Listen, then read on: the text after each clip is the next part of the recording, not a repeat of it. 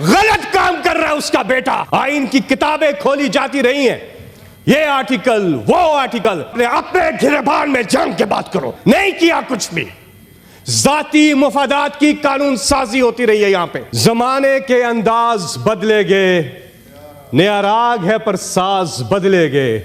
खिरत को गुलामी से आजाद कर, जवानों को पीरों का उस्ताद कर।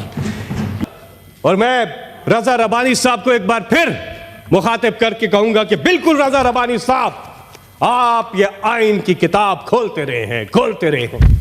ये और बात है, पिछले 2 साल से ये किताब आप ला नहीं रहे। पिछले 2 साल से मैंने आपके हाथ में कॉन्स्टिट्यूशन ऑफ पाकिस्तान की किताब नहीं देखी है।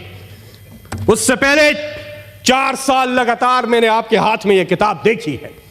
90 दिन में इलेक्शन नहीं हुआ, आपने ये किताब क्यों नहीं खोली? आईनी तकाजे पूरे नहीं हुए, आपने ये किताब इस हाउस में फिर क्यों नहीं खोली?